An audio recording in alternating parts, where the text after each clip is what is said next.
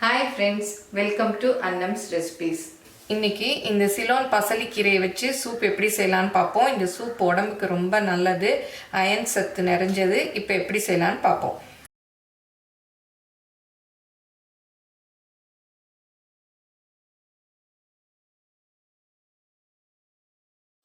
இந்த சிலோன் பசலி கீரை எங்கள் வீட்டு மாடி தோட்டத்திலேயே வளர்ந்தது தான். இங்கே பாருங்கள், இந்த கீரை வந்து இந்த மாதிரி இருக்கும். இதை காம்பை ஒடிச்சு வச்சாலே வந்து வளர்ந்துடும். இந்த மாதிரி தண்டு இருக்குது பாருங்கள், திக்கு தண்டு. இதை ஒடிச்சு வச்சாலே வந்துடும். பாருங்கள், பூ வந்து இந்த மாதிரி பிங்க் கலராக இருக்கும், அழகாக இருக்கும்.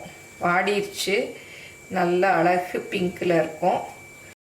இந்த கிளையில் உள்ள கீரையெல்லாம் இப்படி ஆஞ்சு வச்சுட்டு இந்த தண்டை ஊனி வச்சிட்டோன்னா அப்படி செடியாக வளர்ந்துடும். இது நம்ம பசலிக்கீரை யூஸ் பண்ணுறோம் இல்லையா, அதே மாதிரி தான் இருக்கும் டேஸ்ட்டு. பசலிக்கீரை மசிக்கிற மாதிரி இதையும் மசிக்கலாம்.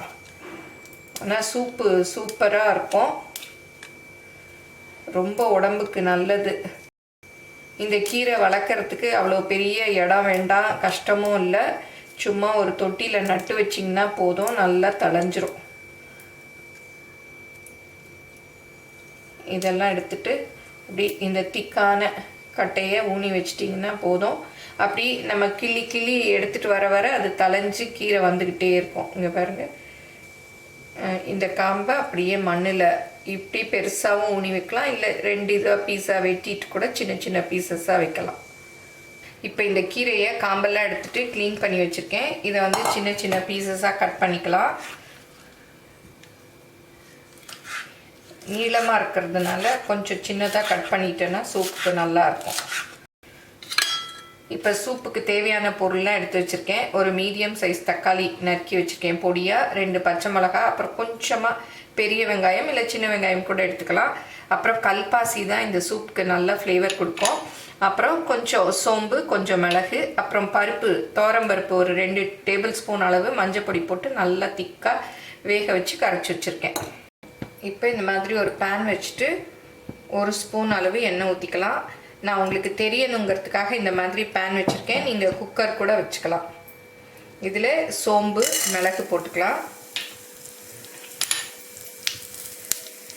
அப்புறம் கல்பாசி, இதுதான் வந்து இந்த சூப்புக்கு நல்ல ஃப்ளேவர் கொடுக்கும், அதனால இதை கட்டாயம் போட்டுருங்க. அப்புறம் வெங்காயம், பச்சை மிளகாய் போட்டுக்கலாம். அப்புறம் தக்காளியும் போட்டுக்கலாம். அப்புறம் நறுக்கி வச்சுருக்கேன் இந்த கீரையும் போட்டுக்கலாம். இதை நல்லா வதக்கிக்கலாம். இந்த சிலோன் கீரை சூப்பு சூப்பராக இருக்கும். எனக்கு வதக்கிறச்சே வாசம் சூப்பராக இருக்குது. இந்த சிலோன் கீரை வந்து எங்கள் பாட்டி வீட்டில் இருக்கும், ஊரில். எங்கள் பாட்டி சொல்லுவாங்க, எங்கள் தாத்தா வந்து சிலோன்லேருந்து கொண்டு வந்து வச்சதா. எனக்கு இந்த கீரை செய்யறச்செல்லாம் அந்த ஞாபகம் வரும்.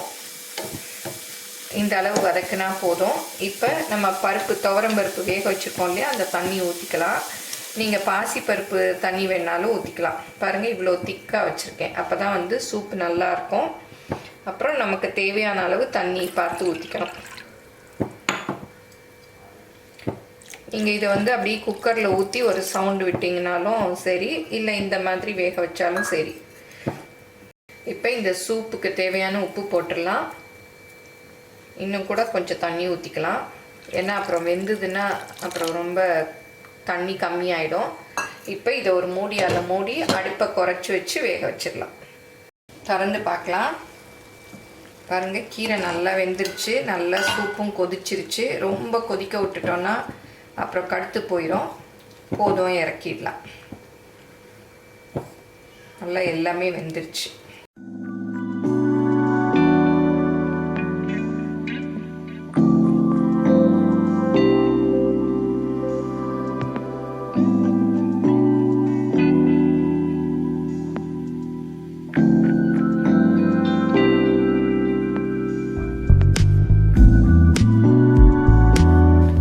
சிலோன் பசலிக்கீரை சூப்பு ரெடி ஆயிடுச்சு. இந்த சூப்பை அப்படியே வேணாலும் குடிக்கலாம், இல்லாட்டி வடிகட்டிட்டு அந்த தண்ணி மாத்திரம் குடிக்கலாம். கீரையை நம்ம அப்படியே சாப்பிட்டுக்கலாம். இந்த சூப்பை எல்லாரும் செஞ்சு பாருங்கள், எப்படி வந்ததுன்னு உங்கள் கமெண்ட்ஸை சொல்லுங்கள். பிடிச்சிருந்தால் லைக் பண்ணுங்கள், உங்கள் ஃப்ரெண்ட்ஸுக்கும் ஷேர் பண்ணுங்கள். ஃபேஸ்புக் இன்ஸ்டாகிராமில் அன்னம்ஸ் ரெசிபீஸை ஃபாலோ பண்ணுங்கள். தேங்க்யூ.